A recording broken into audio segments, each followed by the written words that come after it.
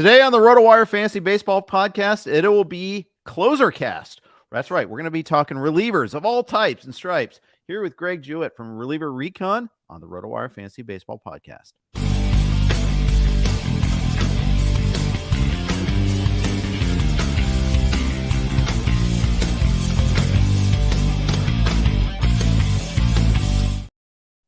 Everybody, welcome to the RotoWire Fantasy Baseball Podcast, brought to you on the Blue Wire Network. I'm Jeff Erickson here with Greg Jewett from Reliever Recon and The Athletic. And Greg came out with a good article today on The Athletic, talking all things closers. Greg, welcome to the show. How are you? I'm doing well. Thanks for having me on, Jeff. Love the work that you and Scott and everyone else does here at RotoWire. So this is an honor.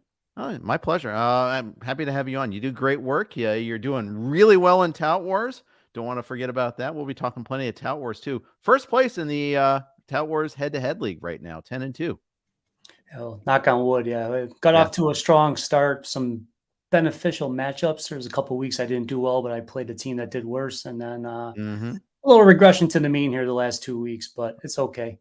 Okay. Well, we'll talk more about that and some of the details on that later on in the show. But let's just jump right into baseball closer talk. This is Closer Cast after all.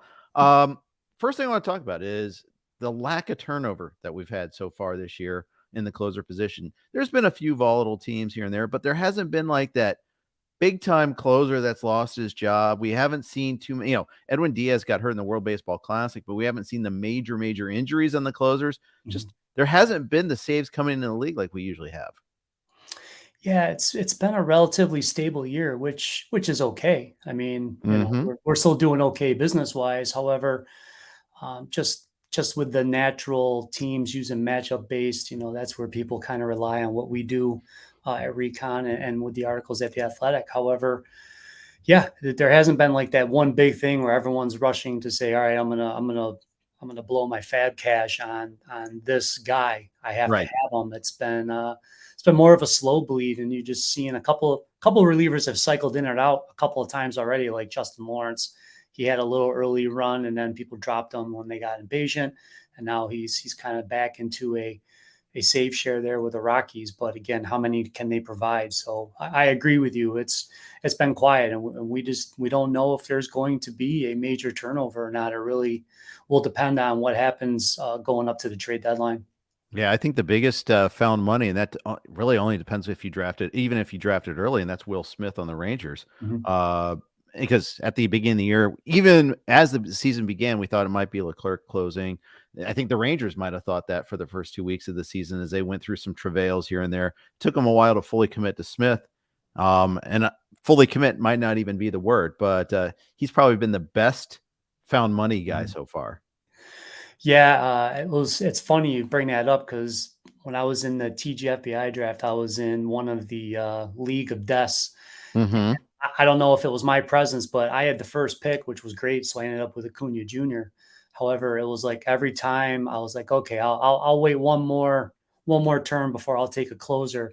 And then I would watch like 4 or 5 drop as it would come to me. So the people I was going to get kind of all fell off by the wayside. So fortunately back then, this was before, we draft pretty early with the TGFBI.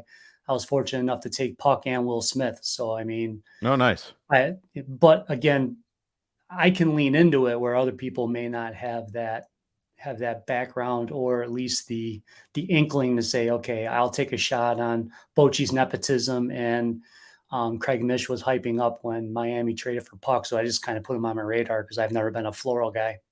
Yeah, exactly. And Floro for a while was the guy. Even before Puck went on the IL, Floro got like 2 saves. So that was even dicey there. I mean, even our wins have been mixed, but you have to have that comfort level of fishing in those waters, and not everybody is willing to do that and dig in the week before everybody else does. I mean, that's the tricky part. But you put all the time into that. You talked about leverage usages, and you talk about just in addition to just the skills, it's also looking to see how managers use their bullpen too. Yeah, and that's a big thing. Like I was higher on Clay Holmes until there was a quote in March that surfaced from Aaron Boone saying that there'll be games where we will match him up with the best right-handed batters from from an opposing team, especially like when they play Toronto. So like when, Bichette and Vlad Jr. are coming up, Holmes is going to face them in the 8th inning. If that's when they're coming to bat, he's not going to hold them till the 9th. So that kind of moved me off him a little bit as draft season approached. So, and like I'm playing my first main event this year. I'm doing 2 main event qualifiers. And this is the first year I really used to prefer 12 team, but I kind of leaned into the 15 team format. And I decided this year I was just going to stay in that. I wasn't going to bounce back and forth because it makes it, I don't know, I could just be a novice, but it makes it difficult when I'm trying to draft the 2 different rooms. It's different animals, 12 and the 15. So this year I just kind of made a conscious decision that I was going to stay in that lane. I feel like in the 12, you could take more chances because the replacement level is a lot higher out there. You can take, that said, I mean, I'm doing better in 15s and 12s typically the last few years. So, go figure. It's just because it's easier doesn't make it in terms of like the talent level doesn't make it easier to do well in your league. So, they're different in vivo the difference, and I have to speak to all of them as part of what we do for a living. Right. So I play, I don't play enough head to head. That's like the one thing in my toolbox I just don't have. I'm a dinosaur, I guess, as far as that goes. I'm in one head to head league, and that's really, or I have been in one. I'm not even in one right now. I'm in the points league. I'm in Raz Slam, but that's a whole different animal too. But yeah, it changes how you approach, the closer position, for instance. Like in a 12 teamer, you may not feel like you have to get that guy. This year in the 15s, if you got that the early closer, I mean, there's few and far between bust rate there. That's the thing that's been really remarkable is they haven't busted. No, I mean, other than the people that took Diaz early, but there's nothing you can do about an injury of that nature. Right. I mean, that's not something you can plan on. It's not like he started the year and fell on his face. It's, and people were worried about Clase. I think it's just something we have to accept that he pitches better when it's warm out. And he uses his slider more as the season progresses. He's a feel guy. And I think, I've given up on the fact that, every year it's like, in the second half, his swinging strike rates pick up and his K percentage picks up. And it's like, he's going to get more strikeouts next year. No, we just have to say, this is who he is. So we have to accept a little bit of a slow start. But now if you look at his numbers, everything looks Clase-ish except for the whip. But again, that's been migrating down since the beginning of the year. So, we're not worried about him. And he's in a great situation because his role. He gets the 9th inning and they play low scoring games and close games. And I think Cleveland's generated the most 1-run games this year. So, I mean, that's just, you're in a great spot with him no matter what their record is. Yeah, that's right. You mentioned what Aaron Boone said, and manager comments are huge in spring training and huge in the run up there. I'm kicking myself because I actually posted the note on RotoWire for David Bell talking about Alexis Diaz, saying that he actually he goes, I don't like to say this, but we're going to use him as a closer a lot. Because in the past, he's a mix and match sort of guy, but there's really, truly no other. I'm kicking myself because I have no Alexis Diaz anywhere, like zero Alexis Diaz. It's our Reds after all. Come on. What am I thinking here? But I just didn't want any part of David Bell. I was just so dogmatic about it. And you just got to listen to what they say sometimes. Sometimes they'll tell you. Yeah, I read those same quotes, but he also said if there's a game where we need him, we'll use him in the 8th. But Dave, last year it was Brandon Hyde who kind of changed his modus operandi, and this year it's been David Bell. And so, I mean, at least we know that managers won't stay in one role. They're able to adapt. Just like when Aaron Boone first got with the Yankees, he was as leaner as it was. It was Chad Green in the 7th. He had Britton in the 8th and then Chapman in the 9th, and he just stayed to that script. And now you see how he's using Holmes and mixing in the Yankees. Actually, I think they still have one more reliever that has a save than the Rays this year. So, I mean, they're out raising the Rays. Yeah, they are. And the thing is, you have those relievers at your disposal. You can do that. Sometimes, and when you have Chapman, you can be dogmatic. You can be like, he is our closer. You have Rivera, you have Chapman. Okay, it's a trademark, in all caps closer. It's definitely a little bit different there. And then when you've got mix and match guys like the Yankees do, and I'll say this about Boone, for all the Yankees' faults, for their problems this year, the bullpen management has been fantastic there. Mm-hmm.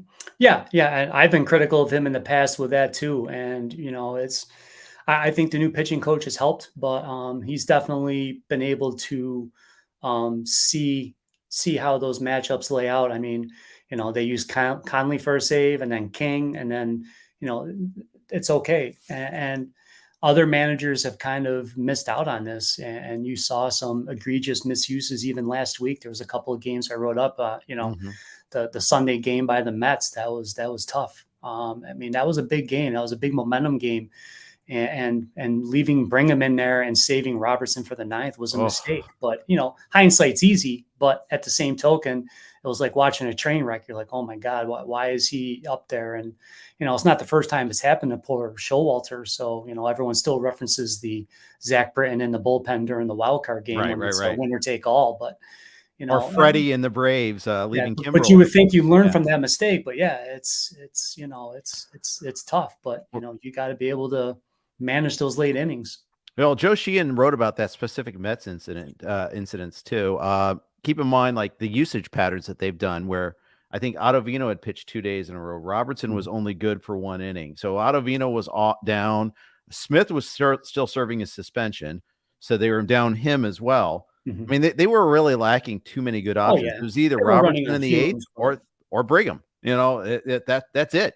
Now, is that a failure of how they built the team? Maybe a little bit, but sometimes these guys that you bring in that are no-name relievers work out really well. Other times they don't. I mean, the Rays have been really great at it for years, but they're not so great this year in the bullpen, right? That's one of the quiet underbellies of this Rays team. That's off to such an amazing start, is not that great. So it's interesting how you can build a bullpen out of nothing, sometimes very well, and sometimes you can spend big bucks on a bullpen and it doesn't even work out too. Yeah, that's small. God bless them. That's what keeps us in business. Yes, that's right. That's right. Let's talk trade deadline. We mentioned when this off air before we got started that we may not see the big names come across the trade deadline. You had a question in the chat from Chad talking about the Cubs and if there's going to be any value left in them. There's not too many sellers right now. Not too many clear-cut sellers. Even the Cubs.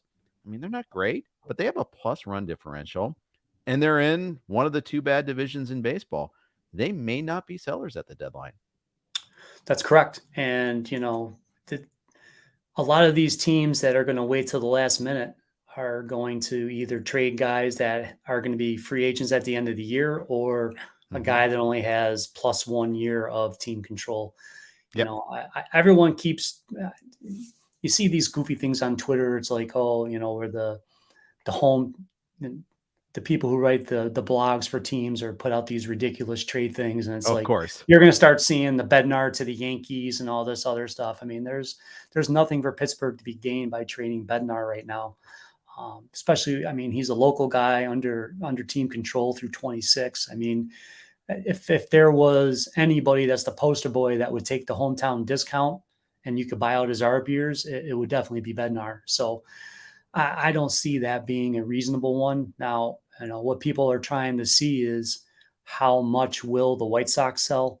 Will the Royals actually trade Scott Barlow? I think they should. It doesn't mean they will. Yep. I think any of us could say a natural trading partner for Kansas City would be Texas. I mean, if Texas could get a package of Barlow and Chapman, that would completely bolster their weakness, which is their bullpen. And they have the prospect capability to make that happen. I think they match it very well. And then if that happens, you can get other teams in there and bargain for them. So I almost think you can see a package deal of those 2 guys going. But yeah, it's, if the Padres wave the white flag, I can see them dealing Hader, which would be the big one. If Hader gets traded, that'd be the one with the most impact, because wherever he's going, is he going to be the guy, or is he going to be in a save share? So he would probably be the top of the food chain of what would happen. Will the Cardinals sell? Because Hicks is a free agent at the end of the year. So, do they buy out his RBers and keep him around? Because the last quotes from Mazeliak was, they're not looking to do anything right now. We'll have to see. So there's a lot of these dominoes are really going to wait till like the last week before the deadline. For sure.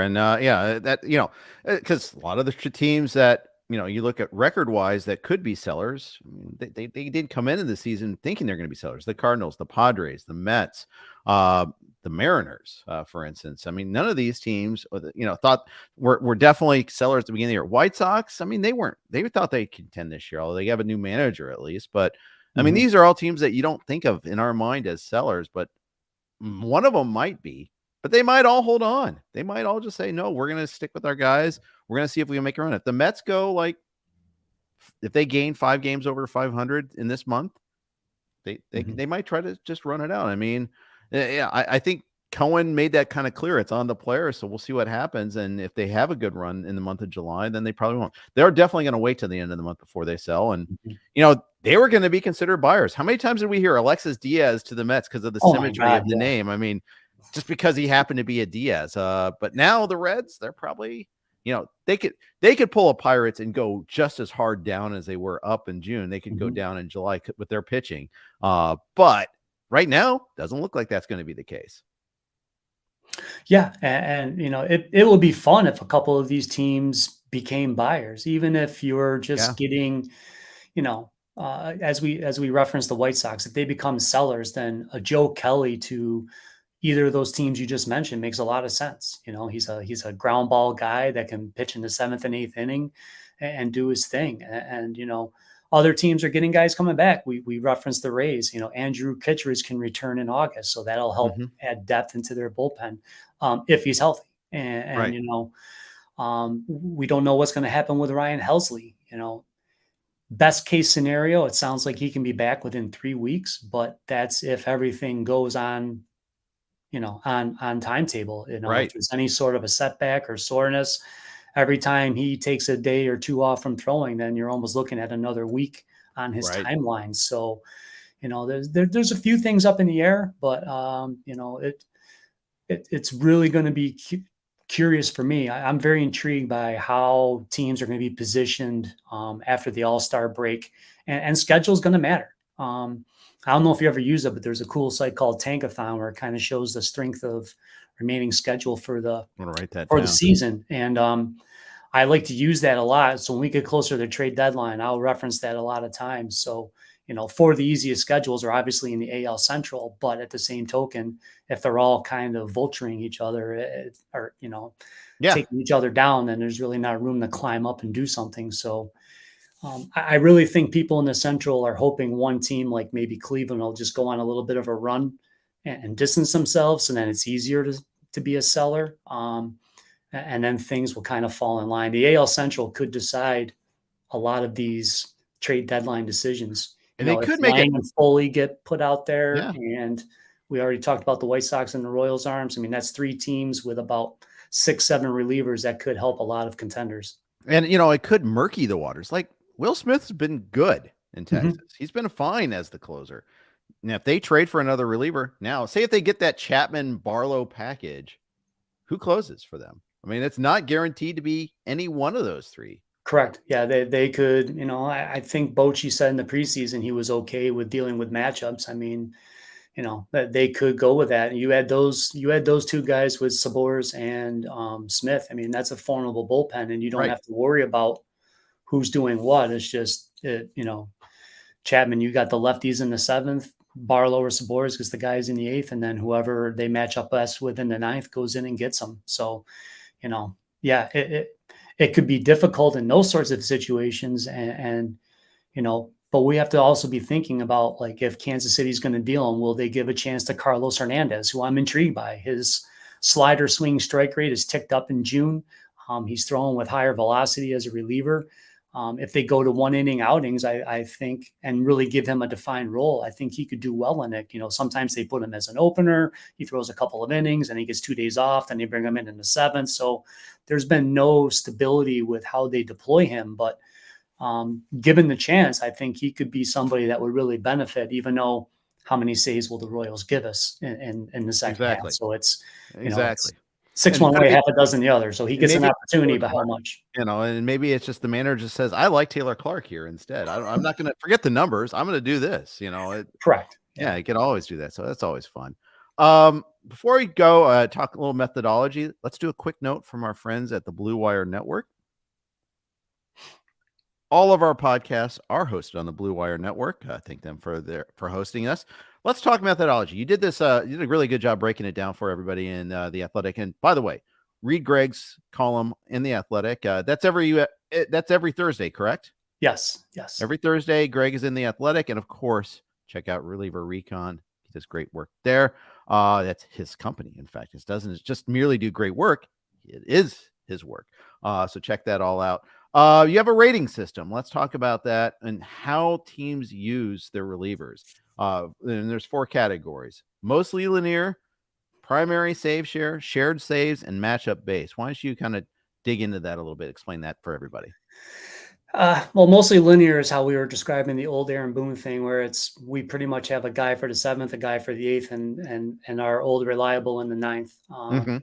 The save share the primary save share would be like David Robertson. He's mostly in the 9th inning. However, if the Phillies have Kyle Schwarber and Bryce Harper coming up in the 8th inning and Buck Showalter feels that's the time he needs him the most, because him and Rayleigh are the 2 relievers that match up with lefties.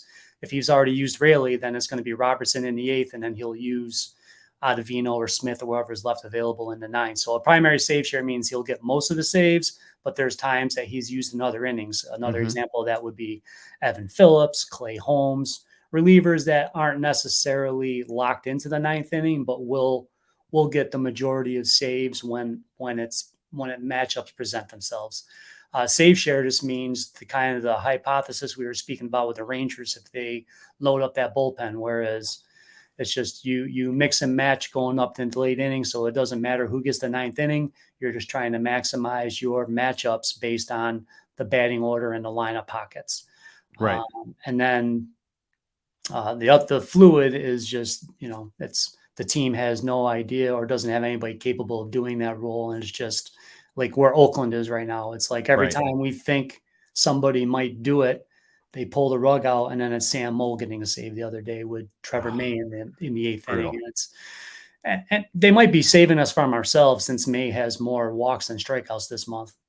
Yeah, I was incapable of saving in one of my main event leagues, so I do have a share of May, and I know he's lousy, but at least I talked my partner Tim down on the size of our bid that we quote unquote won. So we got that going for us. But Oakland, Kansas City, Colorado, you also have to figure out how many wins are there going to be. How many saves chances are there going to be anyhow? And then you get the added bonus of being in Coors Field with the Rockies. I think I have a league where I have Justin Lawrence, but I didn't want to do it. I mean, I think it's been better. You've been better served over time just ignoring.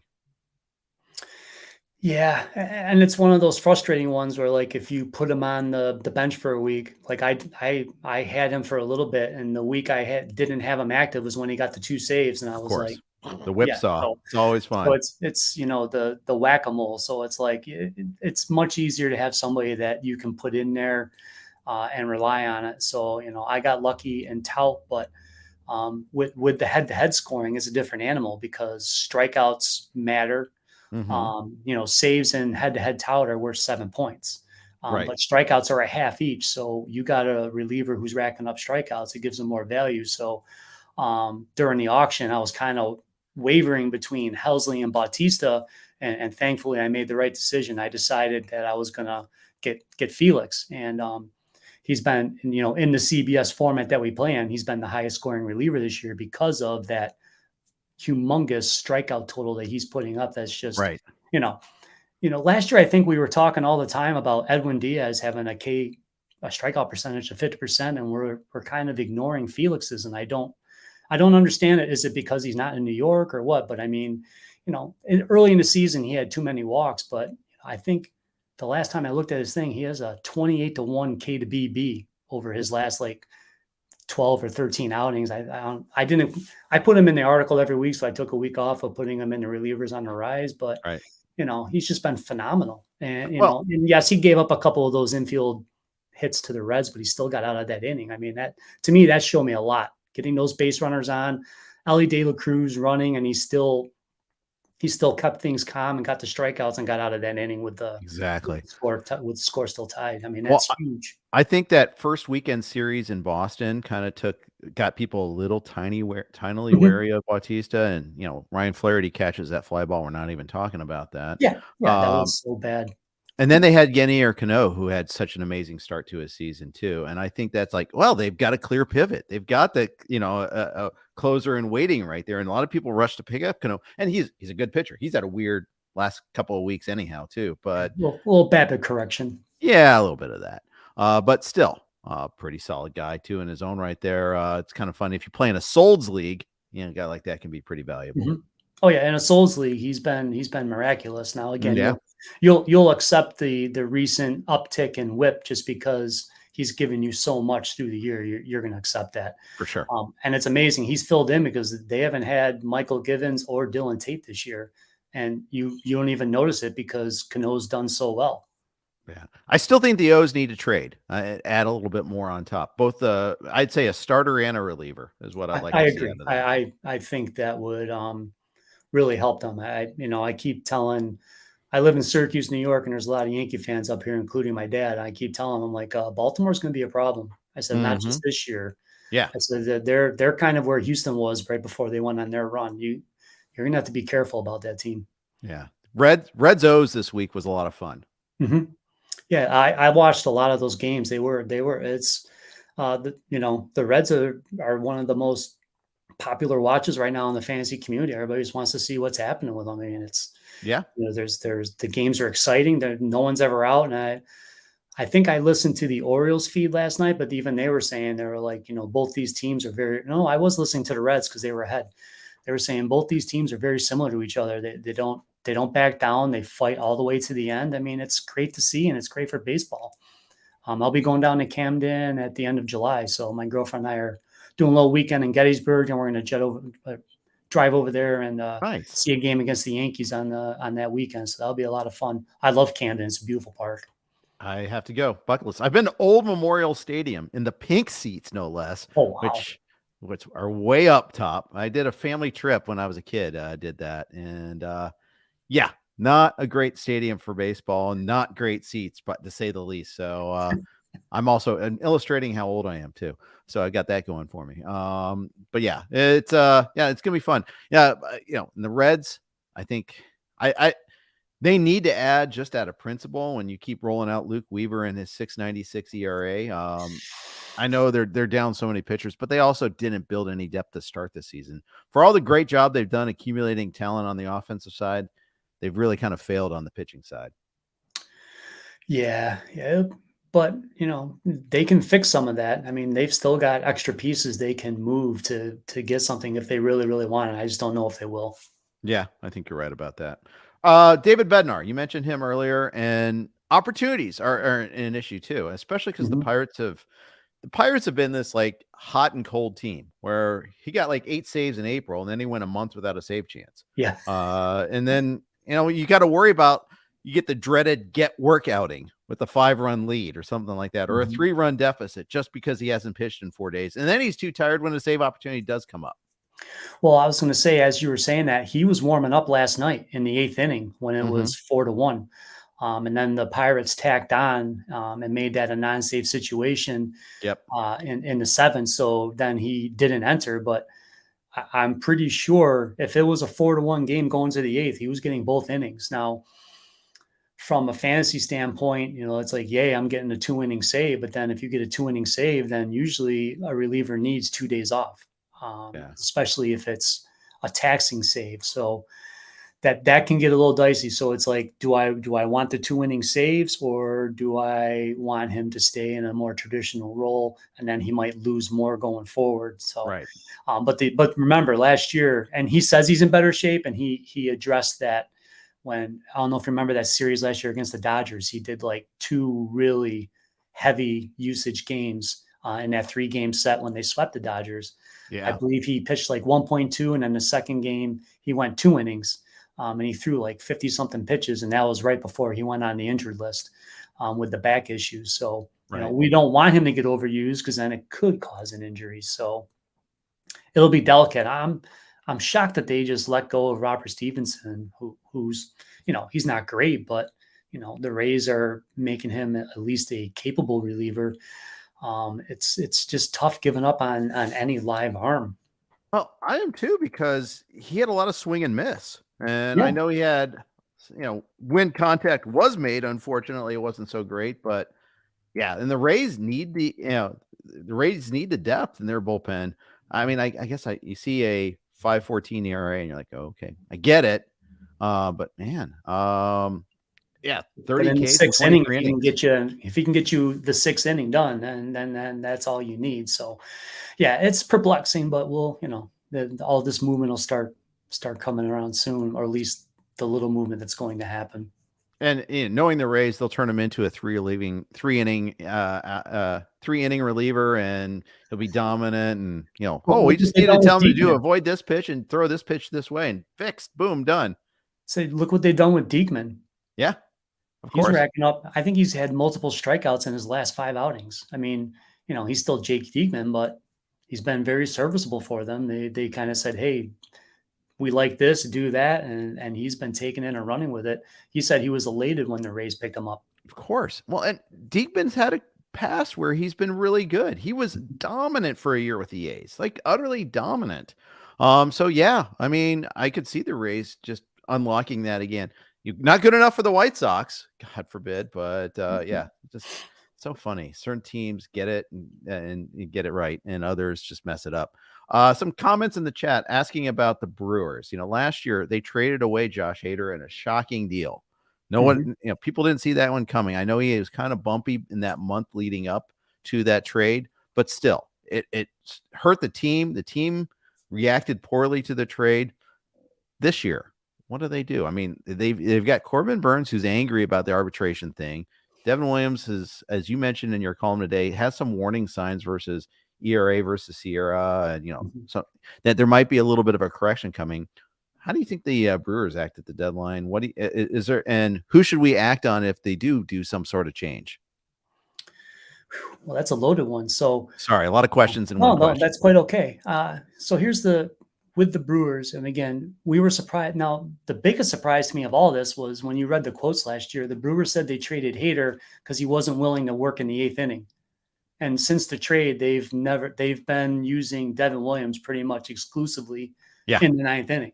So if you didn't want Hader because it seems strange to me to say, I don't want A, but I'm going to do B. Right. He has had to log a couple of 4-out saves recently just because Strzelecki kind of fell apart. Elvis Peguero has been getting a little bit more run. He's intriguing, but if the Brewers decide to go full sale mode, which we don't know a month out from here, they have a guy that's pretty electric in the minors, Abner Uribe. It's triple digits. It's always been a matter of health and command. He's almost in like that Felix Bautista where, everything's there in the minors, but it never really came together. I think Uribe has had command better command in the past. And I think if he can keep doing well at AAA and racking up strikeouts, I mean, that's a tough environment pitching in the PCL.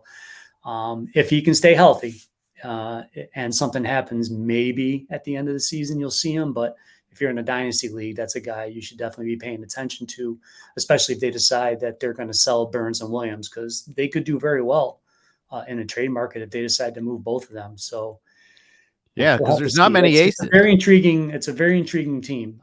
They've been liking high amps, but on stuff, I don't know. I might prefer Peguero, but we'll have to. I'll watch them very closely over the next couple of weeks. Yeah, they just made a move the other day. It kind of caught me a little by surprise. And it's more because I thought he was going to be pretty good going into the season. In fact, I still think he's okay. Is Strzelecki. Strzelecki, sorry. Yes, thank you. 4.54 ERA, but 37 to 8 K to walk in 35 innings. I mean, there's some swing and miss there. Only 3 homers, so it's not like he's been giving up bombs. He hasn't been giving up a lot of walks. I don't know. I just think that he can pitch still. I wouldn't give up on him too quickly. Fair enough. Yeah, we want to see how he does down there too. But yeah, there's a lot of moving pieces there. But sure, a lot of that would become clear once if they ever did that trade. I don't know. Yeah. I don't know if they want the bad PR again, moving Williams, but we'll have to see. Yeah, the white flag trade needs to stick with Jerry Reinsdorf, but yeah, as far as that goes. And here I am arguing over minutia in the Brewers bullpen, but nonetheless, I just think it's something to watch for there a little bit. Couple other guys I want to talk about that you point out in the article. I always like finding the guys who are on the rise. Maybe someone that you should be paying close attention to. You mentioned the Brewers situation. There's a couple others I think that are noteworthy there too. You mentioned the Rangers, Josh Sabors. If they don't trade for another reliever, Sabors might have a decent profile. Yeah, it's funny because he's always had very good stuff. He just never was able to figure it out. So I don't know who helped him, or if it's just been a matter of now he knows he can get major league hitters out. But he's another guy that's turned in a tremendous K to BB ratio. This season, he picked up another win the other day. So, he's logging multiple inning outings. He's picking up vulture wins. He might, if Smith needs a day off, he might be able to bag you a 2-inning save. So, in 15-team leagues, there's a lot of value to a reliever that protects your ratios, gives you a win every now and again, especially, if you've got a starter with a bad matchup. If Sabors gives you 6 to 8 strikeouts in a week, that's just as good as getting a start from somebody. And I think that's something that people will start doing more as the season progresses, when they're looking to protect their WHIP and ERA, especially as now we're moving into the second half of the fantasy season with all the teams at about the midpoint of the year. So you're going to have to start shifting your strategy a little bit. So guys like Sabors make a lot of sense. The RotoWire Staff Keeper League is 18 teams deep. We have 7-man reserves, 10-man minor leaguers. It's tough to find guys. Even you find some saves coming off the waiver wire, but it's hard. You have to trade for them. Is lead up to this. So in one league, I've got a choice of trading for Jordan Hicks, or Evan Phillips, or Hunter Harvey. These are kind of like the options, at least on this one particular team. Is there one above the 3 of those that you'd be most interested in? See, the trade deadline will answer this for me today. Yeah. The best reliever is still Phillips. So, even with Hudson coming back, we know Phillips is at least at the worst in a save share. Yeah, that's right. Hunter Harvey could be traded if the Nationals decide that they're going to trade him and Finnegan. I think him and Finnegan both have one more year of control. I don't know that they will. I have been a Harvey believer. I wrote in a Recon article a couple of weeks ago. I was like, here lies Greg. He believed in Hunter Harvey, but now he's actually been working more in the 9th inning with the last three saves for the team. So, I like him. I just think he'll be a little more volatile. Again, an 18-team league, I don't want to take risk with my ratios at that point. And I like Hicks too. He's throwing strikes. He's confident. This was the iteration of Hicks that he was like a plant my flag guy when he was coming into the 1 year before he fell apart. So, I believe in the arm and the talent. He doesn't have the swing and miss that Phillips does. So, it makes him, again, there's going to be days where he gets BABIP'd and, like what happened to McGuff last night. Yeah. But there's he gave up 1 unearned run in his previous 15 outings. So you kind of have to, you take it with a grain of salt. Those days are going to happen. His fastball was a little flat. The Rays got hot that inning and there's momentum just got away. But there were 2 infield hits. So it wasn't like not every ball was scalded. So, right. But to answer your question, I would probably go Phillips just because, again, I know he's on the best team of the 3. And even in a save share, I think he'll end up with at least the same amount of saves as either of those other 2 with better ratios. Yeah. And, Dodgers will probably trade for a reliever, but they may not trade for a closer. Yeah, I don't know if they'll go at the top end. They're still in the save money mode. Yeah. Again, to me, the big moment of this trade deadline would be if Hader is floated and where he goes, because that will shake up a couple of things. Yeah. Do you think that would be the one that everyone freaks out about?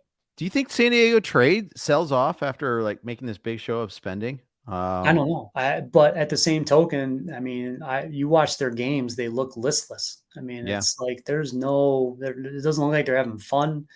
I don't want to put a team under the bus, but at the same token, I subscribe to the Union Tribune just to read the stuff. And Yeah. Kevin Acey's always writing about, the every time they're behind, there's quotes from the players saying when they're behind, they feel like they're going to lose. I mean, that goes completely against what we were talking about with the Orioles and the Reds earlier, where they're fighting tooth and nail to the end. That there's something to that. If the culture is we're behind, we're screwed. I mean, that's not good. Yeah, for sure. Lord knows the Reds have been behind enough. Maybe they're more familiar with that with their pitching. But no, seriously though, I mean, it is wild to see like that. And I read Kevin Acey's newsletter. I get that in my inbox anytime he posts, which really good by the way. It's rare that you get a beat writer that goes above and beyond just the gamer, and you get that 3-4 times a week. It's really highly recommend that you get it. He's a good writer, so highly recommend that. But yeah, and you can just sense that malaise, and it's tough. So I don't know how you shake out of it. The funny thing is, they've got a really highly respected manager in Bob Melvin. Made a point of going out to get him for this team. Usually they keep things in line. They prevent things like this from happening, and that's not the case here. Yeah, and I feel bad for him because like you can feel his frustration. I mean, there's only so many team meetings you can have before you either do it or you don't. Exactly. When I used to coach, I never wanted team meetings happening because that just means we're a rudderless ship. Yeah, exactly. I haven't been able to coach baseball, to coach soccer that way. And yeah, so with the youth soccer, so I got that going for me, but you don't want to have to get to that point for sure. You haven't had to get to that point in ToutWars so far. You're 10-2, you're in first place. What's driven this process? How did you get off to such a great start in the first place? The pitching that I invested in early was doing well. Now I've been having to tread water a little bit here. I still have Max Fried on the IL. The one good thing about Tout is we don't have to worry about if a player's on the IL, you can put him and not lose a spot on your roster for your bench. Right. So that does help. So right now I've got Fried on the IL. Alex Cobb will be coming off at the end of the week. I don't know what I'm going to do with Christian Javier because he's just a mess. But yes, he is. I just got Jazz Chisholm back, so that will help as well because I've been trying to tread water with Cronenworth. I got to figure out a little better situation in that spot. But anyways, the hitters have been doing well. I've been fortunate to get hitters on pretty good teams, so they're scoring runs. I got Justin Turner for $1. He's been terrific at third base. Yes. And you just keep battling. In our format, you've got to have pretty good pitching. So the fast start will help. So, you just got to be in the playoffs. Like last year, I came into the playoffs as the 6th seed and I got hot. I took Ariel, I took out Clay, and then I lost to Frank on the last day of the season. So, and if I had kept Alexis Diaz over Paul Sewald, I would have won. But yeah. But everything in the process. I hate when you can pinpoint that one thing. So like Seattle had to win, so I had Sewald in there, and that was the last 3 games of the season there. That Monday, Tuesday, Wednesday, Diaz got a win and a save, and I was like, but it is what it is. Luis Torrens, remember? Yes, in the next training game, he got the save, and I was pulling my hair out. And they used Sewald in the next game, and the second game of the doubleheader, and with in a non-save situation, and I was so angry. Well, let's talk Seattle real quick because Sewald pitched the 8th the other day. Yes, gave up the game-tying homer. In fact, they had saved Munoz for the 9th. Is this something we're going to see a little bit more out of? I think so. Now that Munoz is showing that he's healthy and there's been no ill signs with his velocity, and it's almost like this time last year, the second half is when they really kind of turned him loose. So his injury might have just been, it might be good for them because now he's going to be fresh. So in the second half last year, Sewald did get 8 saves. Munoz had 4. Munoz will get the toughest part of an opposing team's lineup. So when Yordan Alvarez comes back, Munoz will face his pocket of the lineup. So if if he's coming up in the 8th, then Munoz will be in the 8th. But if he's going to be in the 9th, and we saw that when their playoff series with Toronto, they use Munoz against the heavy hitters from the Blue Jays, no matter what inning they were coming up, whether it was the 7th, 8th, or 9th. So that's what I refer to as the highest leverage reliever. Munoz will take that role, so it does cap his save total, but he could be in store for a very good second half with strikeouts and still getting, if he's getting 1/3 of the saves, which is kind of the pattern from last year, there's still a lot of value to that in fantasy for him. Especially in today's day and age with so many teams with managing their bullpen like that. Plus, you get maybe sneaking an extra win or two because you're facing that part of the lineup in a tie game too. So you've got that going for you. I don't think Rocco Baldelli is exactly the same way with the Twins and his usage of Duran, but it's similar, I guess. It's in the same neighborhood. A little frustrating when you have Duran. Yeah, especially when he's making them do the 2-inning outings. Because again, once you know, we saw that when Hader first came up, if they used him for multiple innings, then he got 2 days off, and that's almost, you have to with these guys. It's hard to ask somebody to get 6 outs and then bring them out with only 1 day rest. It's tough, especially when you're throwing 103 miles an hour. Right. So at least, and I put that in the article, at least this past weekend, he used them in 1-inning outings, and lo and behold, he got 2 saves. I mean, this isn't rocket science, but at the same token, he's got to do what he's got to do to win a ball game. It's just sometimes I think he loses the war to win a battle, if that makes sense. Like he'll use them to get that. He wants that series opening win on Friday night, use them for 2 innings. That happened in Toronto. He used them on Friday night, got a 2-inning save. And then on Sunday, when they needed Duran again, he wasn't available and they lost. They lost the series. So it's great when you get that win, but you want to be able to get 2 out of 3, not 1. Exactly. Well, and Baldelli's been stripped of his alternatives too. No Correct. Jorge Lopez, no De Leon. Is going to eat Tommy John. No Brock Stewart. No Cale Thielbar. Even it's Duran and Griffin Jackson. That's pretty much it. That's the list.